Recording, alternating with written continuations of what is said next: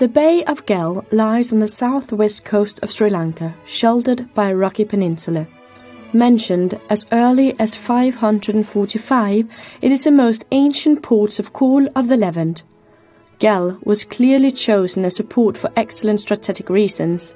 It has a fine natural harbour protected to the west by a south-pointing promontory. The next piece of land, literally, is the frozen waste of the Antarctic, over 5,000 miles distant.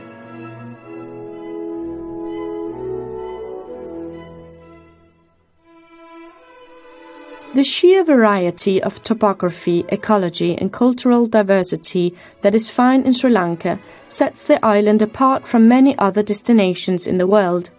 Indeed, the country can boast of every conceivable landscape other than snow-capped habitants. From golden beaches caressed by the Indian Ocean, the island's multitudinous layers slope upwards for ford plains, paddy fields and dense forests.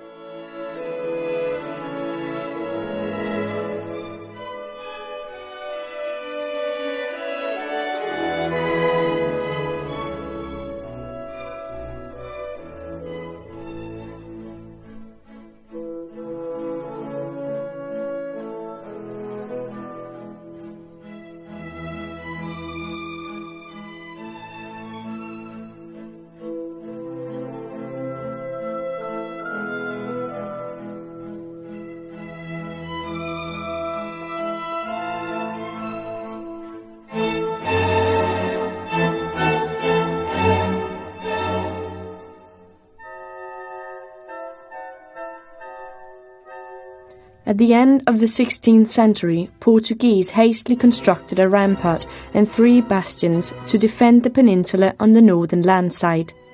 The seaward side was considered invulnerable and was not fortified. The Portuguese had 2 main objectives when they arrived in the east. The first was to break into trade, which at the time was a monopoly of the Arabs. The second was to convert the eastern people to Christianity. To these ends, they established fortified settlements at strategic points along the sea routes. When the fortified town fell into the hands of the Dutch in 1640, they decided to replace the precarious Portuguese defences, constituted partially of palisades and earth banks. It is this fortified city, built by the Dutch, which exists today with but few changes. It has an area of 52 hectares inside the walls, defended by 14 bastions. The majority of the current walls were built in 1663. Much of the city dates from this period.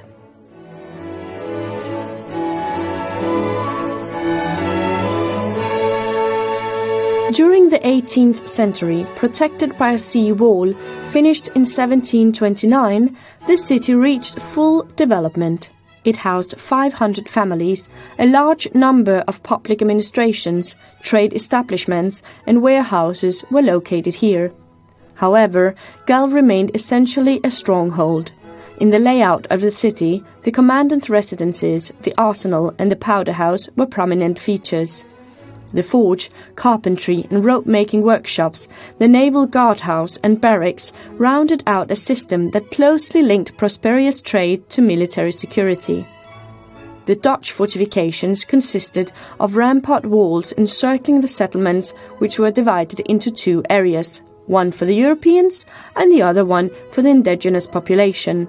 The bastions of fortified towns were named after Dutch cities. The fort of Galle was handed over to the English only in 1796, 1 week after the surrender of Colombo. As a British protectorate, Galle remained the administrative centre of the south of Zealand. A number of modifications were then made: ditch filled in, new blockhouses added, a gate put in between the Moon Bastion and the Sun Bastion, a lighthouse installed on the Utrecht Bastion, and a tower erected for the Jubilee of the Queen Victoria in 1883. Sri Lanka is a small miracle partly due to the compact physical diversity of this pearl-shaped island, but this diversity extends to virtually every aspect of life. Fringed by variously shaped sublime beaches, From straight expanse to rocky cove, the island possesses a coastal plain containing a host of geographic features.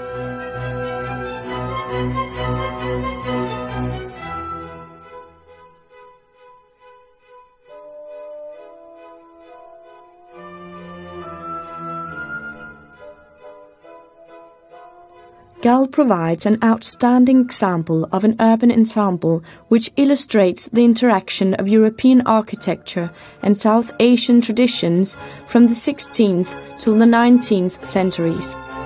Among the characteristics which make this an urban group of exceptional value is the original sewer system from the 17th century, flushed with seawater controlled by a pumping station formerly activated by a windmill on the Triton Bastion. However, the most salient fact is the use of European models adapted by local manpower to the geological, climatic, historic and cultural conditions of Sri Lanka.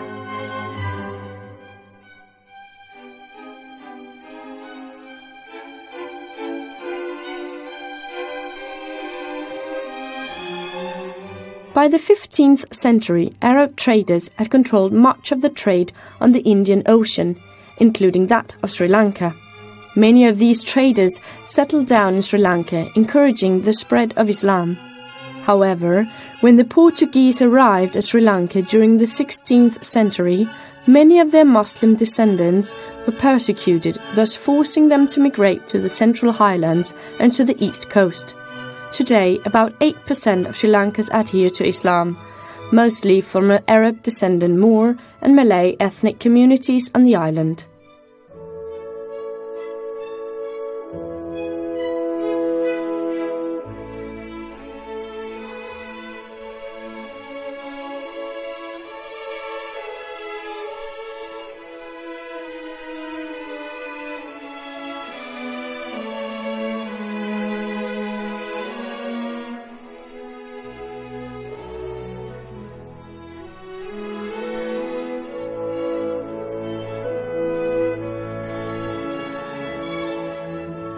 Design was influenced by the tropical climate, helping to produce local hybridized styles, as did the use of Oriental motifs.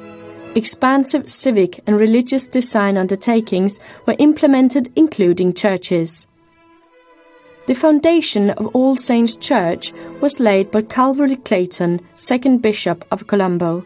The church was consecrated in 1871. The style of architecture is a 13th century Gothic building modified to suit the climate. It's worth recalling that the site on which the church was built was the old Dutch courthouse Gerritsplatz, and also the belief that hanging took place where the altar now stands.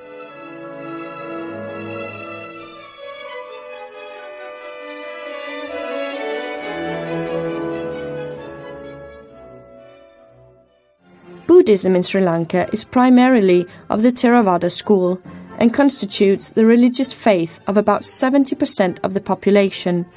According to traditional Sri Lankan chronicles, Buddhism was introduced into Sri Lanka in the 2nd century BCE by Venerable Mahinda, the son of the Emperor Ashoka.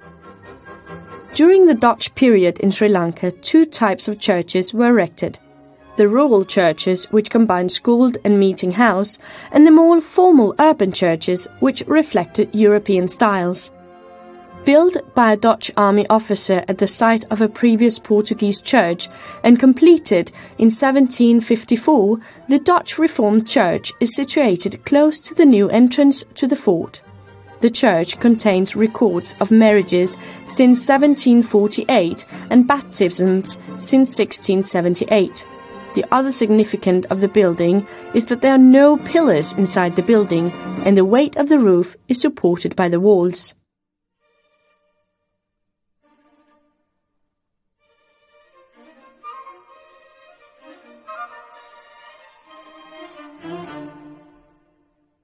The real charm of Old Galle lies in the quiet back streets and alleyways of the historic fort, which have changed little, if at all, since colonial times.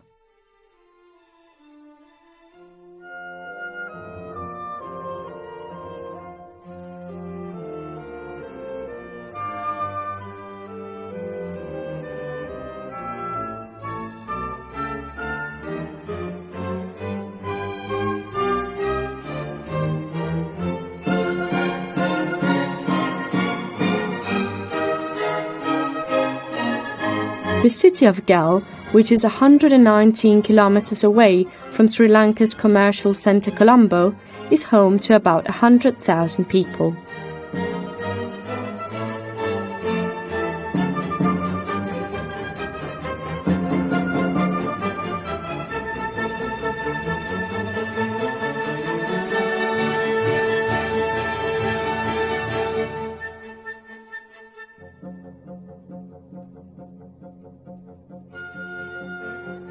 What makes Galle special is that despite attempts at modernistic facelifts, it is the only place in Sri Lanka that still retains a unique old-world atmosphere. The sounds of Galle are the call to prayer from mosques, Pali chants from Buddhist temples, fish sellers and tinkers hawking their wares on Main Street. Its fine old colonial mansions, narrow streets and antique cars roaming the town make the Galle Fort a hauntingly beautiful escape into the past. World Heritage Sites in Sri Lanka bear testimony of the rich and proud heritage that Sri Lanka offers. Sri Lankan customs and traditions have been carried on with the strong line of kings that ruled the country since days long gone. Whether it is natural wonders or religious sites, the country has been recognized for its fine achievements. From impressive and ancient cities to religious monuments and natural formations, the country has it all. Many of the streets, lined with formerly opulent buildings, have characteristic large rooms, arched verandas and windows protected by heavy wooden lowered shutters. Galle also houses Dutch-styled owned mansions with intricate lattice work that is unique to Dutch architecture.